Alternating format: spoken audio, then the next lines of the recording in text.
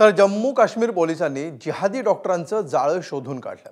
दिल्ली स्फोट टाळता आला नाही, पण इतर राज्यातील तपास यंत्रणांच्या मदतीनं देशभरामध्ये स्फोट करण्याचा कट उधळून लावला। मात्र फरीदाबादमधून जप्त केलेल्या स्फोटकांचेच नमुने घेताना श्रीनगरच्या नौगाममध्ये मोठा स्फोट झाला। अपघाताने झालेला हा स्फोट एवढा मोठा होता की 9 जणांचा हकनाक बळी गेला, 30 अधिकारी जखमी झाले। पाहूया।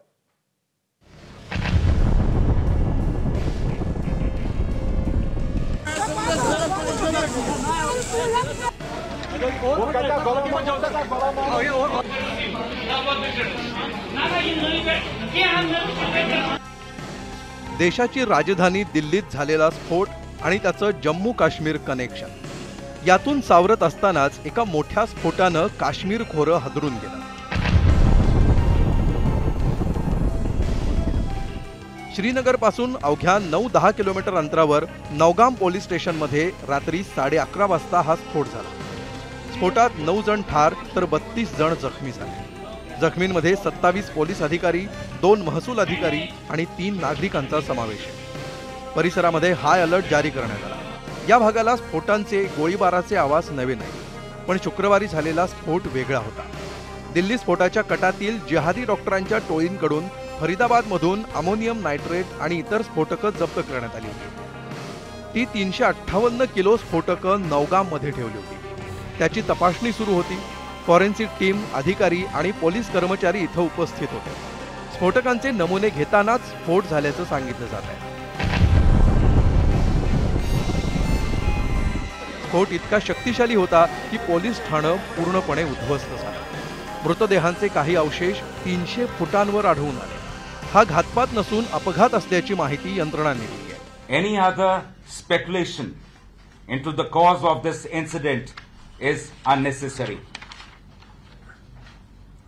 In this unfortunate incident, 9 people have lost their lives, 1 personnel of SIA, 3 personnel of the FSL team, 2 crime scene photographers, 2 revenue officials who were basically part of the magistrates team. स्फोटाचा आवाज अनेक किलोमीटर दूरपर्यंत ऐकू आला। यानंतर police स्टेशनच्या आत आणि बाहेर मोठी आग लागली। आग इतकी तीव्र होती की पोलीस स्टेशन बाहेर पार्क केलेली अनेक वाहनं जळून खाक झाली। तिथं असलेली वाहनं पूर्णपणे राख झाली। एवढंच नाही तर नौगाम पोलीस स्टेशन देखील पूर्णपणे उद्ध्वस्त झालंय। माजी मुख्यमंत्री फारूक अब्दुल्ला यांनी यंत्रणेच्या त्रुटी मांडल्या। बेगुनाह 9 लोगों की जान गई और कितना नुकसान बाकी लोगों का हुआ जिनके मकान वहां हैं, वो नहीं देखते।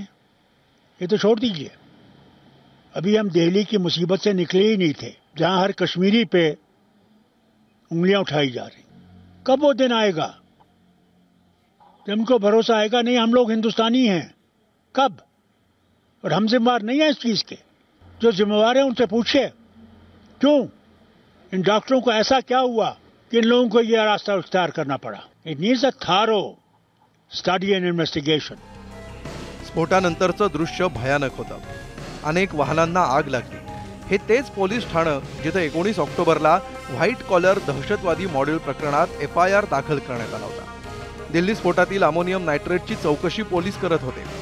फरीदाबाद आणि इतर ठिकाणांहून जप्त केलेल्या स्फोटक वस्तू नौगाममधल्या एका मोकळ्या जागेत ठेवण्यात आल्या होत्या आणि पुढील कारवाईसाठी प्रक्रिया सुरू होती। या वस्तूंच्या संवेदनशील स्वरूपामुळे नमुना घेण्याची प्रक्रिया अत्यंत सावधगिरीनं पार पाडण्याची, निकामी करण्याची प्रक्रिया 2 दिवसांपासून सुरू होती। याच नौगाममधील बनपोरा इथल्या भिंतीवर पोलीस आणि सुरक्षा दलांना धमकी देणारे पोस्टर्स सापडले होते।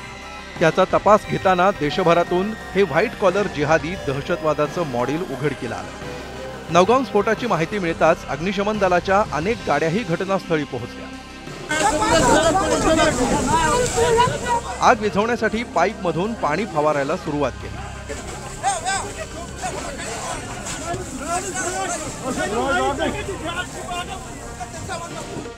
दरम्यान हा स्फोट घातपात नसून अपघात होता अशी माहिती यंत्रणांनी दिली आहे। दिल्ली स्फोटात वापरण्यात आलेल्या स्फोटकांचाच असा पोलीस निगराणीत पुन्हा अपघाती स्फोट होणं त्यात 9 जणांचा जीव जाणं हे खूपच दुर्दैवी आहे. अशी स्फोटकं हाताळण्याचं प्रशिक्षण देशभरातील यंत्रणांना देणं गरजेचं आहे. ब्युरो रिपोर्ट, एबीपी माझा. एबीपी माझा, उघडा डोळे बघा नीट.